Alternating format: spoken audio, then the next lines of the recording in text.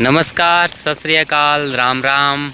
मैं आपका दोस्त किसान सलाहकार रमेश बांबू और आप वीडियो स्क्रीन पर देख रहे हैं कि कॉटन की बिजाई का कार्य शुरू है। और आज दिनांक 7 अप्रैल 2021 और समय है शाम के 6 बजे हैं साथियों।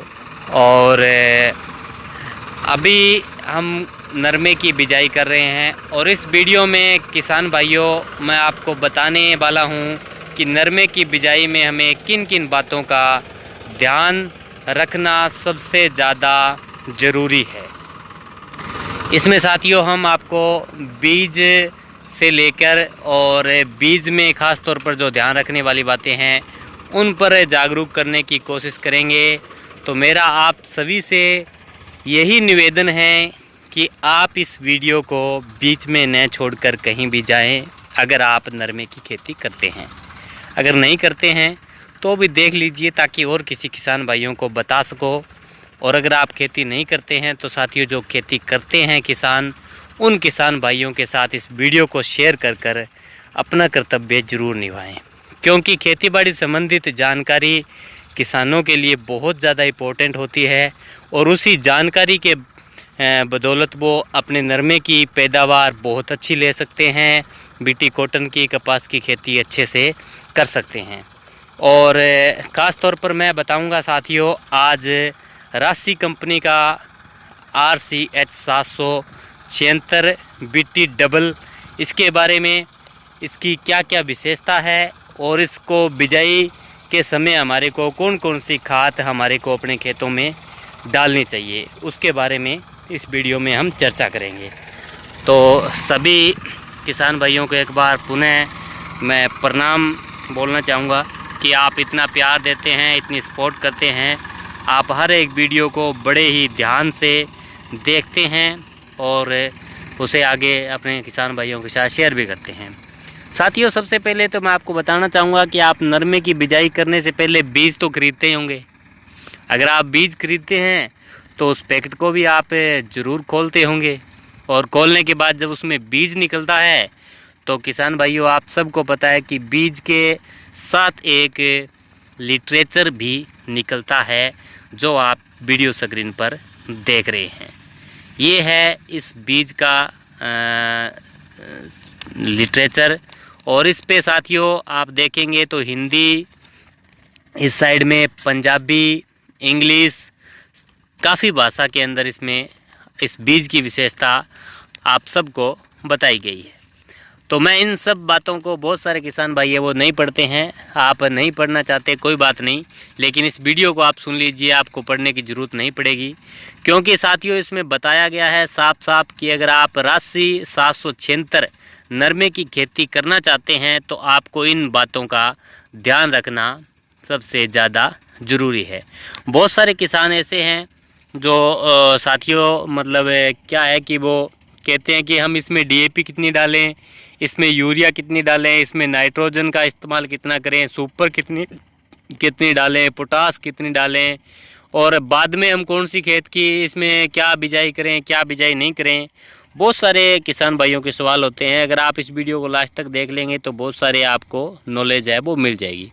सबसे पहले तो साथियों आपको बता दूं कि इसके पैकेट के अंदर 451.25 ग्राम बीटी बीज है, यानी इसमें 450 ग्राम बीटी का बीज है। और इसमें साथियों 25 ग्राम बीज जो है वो गैर बीटी है, यानी नॉन बीटी बीज इसके अंदर डाला गया है, जो कि लगभग 5% इसमें बताया जाता है। क्योंकि हम जो पहले थैली आती थी अलग से, उसको हम अपने खेतों में डालते नहीं थे, उसको अलग से भगा देते थे, रास्ते में रुलती थी या जो मशीन वाला था उसके पास बहुत सारे ढेर लग जाते थे। तो अब कंपनियों ने क्या किया है साथियों, उसको उसी के अंदर डालना शुरू कर दिया है।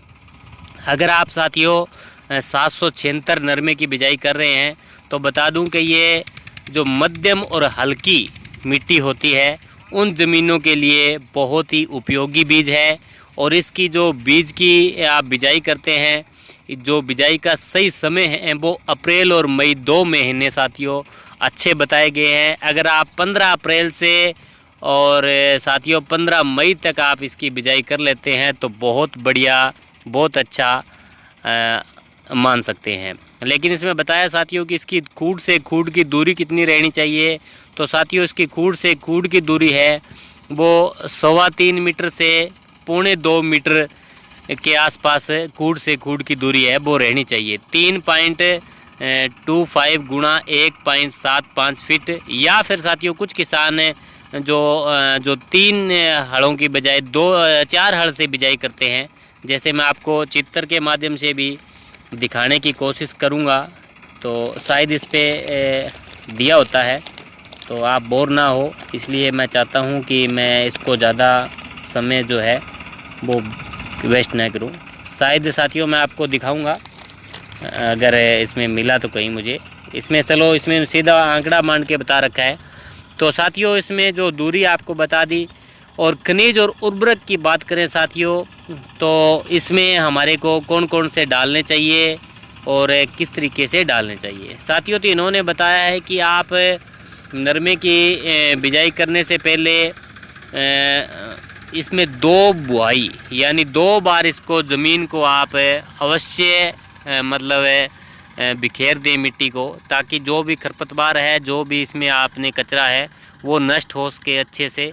तो 2 बार इसकी बुआई करनी चाहिए और हम सब किसान भाई इसकी 2 बार बुआई करते भी हैं, क्योंकि एक बार साथियों हम सूखे खेत में अच्छे से प्लाऊ या तोते हल से ज़मीन की बुआई करते हैं और फिर सिंचाई करने के बाद दोबारा से फिर हम इसके अंदर वो करते हैं, मतलब बुआई करके फिर बिजाई करते हैं।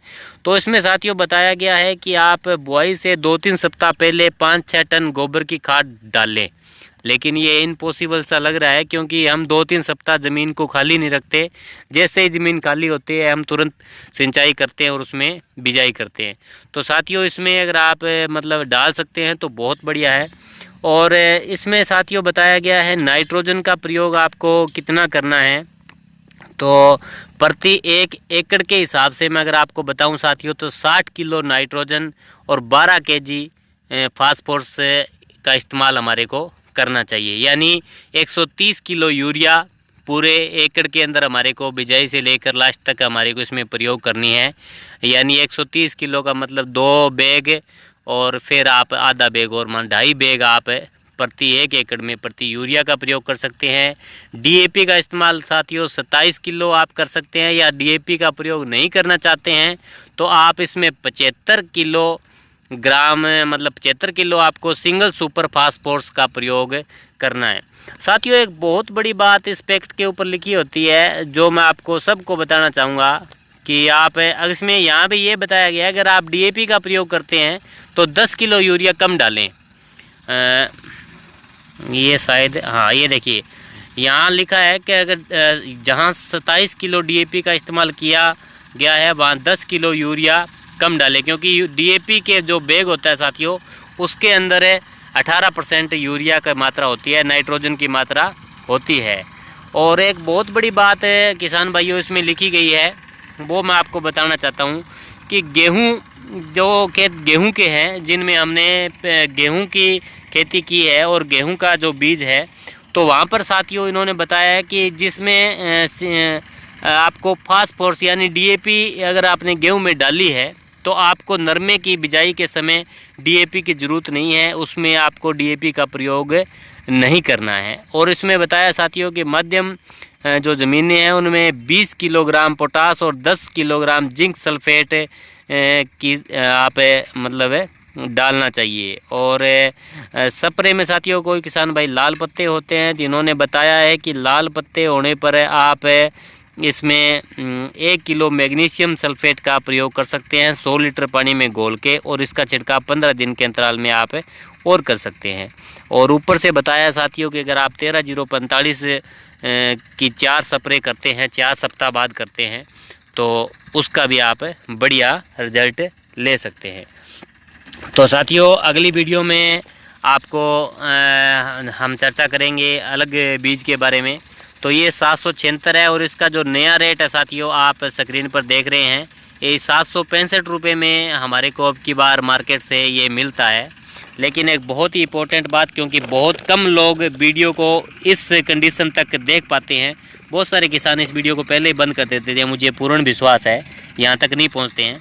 लेकिन जो यहाँ तक पहुँचता है साथियों, वो बहुत ही भाग्यशाली मान सकते हैं कि वो जानकारी लेने में कहीं कमी नहीं छोड़ते हैं, और जो जानकारी लेता है वो ही अच्छी पैदावार ले सकता है। जो इस वीडियो को अभी भी देख रहा है, मैं 100% कह सकता हूँ कि वो अनुभवी और बहुत ही समझदार किसान हैं। आप सबको मैं सैल्यूट करना चाहता हूँ। साथियों, इस पर लिखा है जर्मिनेशन मिनिमम ये 75% जर्मिनेशन होता है, और जो प्योरिटी है वो 98% है। और साथियों, आपको मैं जर्मिनेशन की बात करूंगा कि अगर इसका जर्मिनेशन 75% हो सकता है, तो यानी अगर आप 1000 रुपये का बीज लेके आते हैं तो 1000 रुपये के में से आपको 750 रुपये का बीज ही लगभग उगता है। यानी 250 रुपये का बीज है वो नहीं उगाव कर पाता है।